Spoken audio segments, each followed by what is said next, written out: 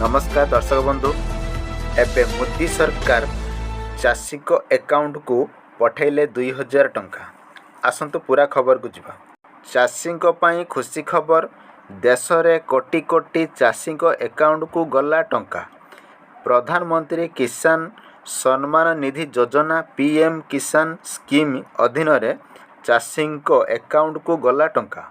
प्रधानमंत्री भावे कार्यकाल आरंभ करिबा प्रथम दिन देश रे कोटी कोटी चाषी को बड़ भेटी देइछंती।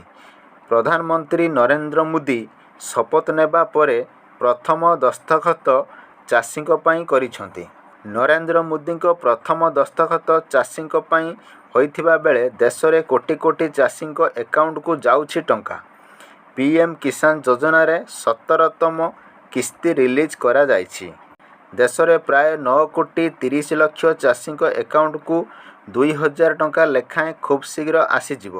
प्रथम दस्तखत मारिबा परे किछि चाषी अकाउंट को टंका आसीबा आरंभ हेलाणी। मोट 20,000 कोटी टंका चाषी अकाउंट को पहुँचीब। तृतीय थर पीएम हेबा परे यह हेउछि नरेंद्र मोदी प्रथम दस्तखत। मोट 20,000 कोटी टंका चाषी अकाउंट को जीवा आरंभ होइछि। 9.3 कोटी चाषी खाता को गला 20,000 कोटी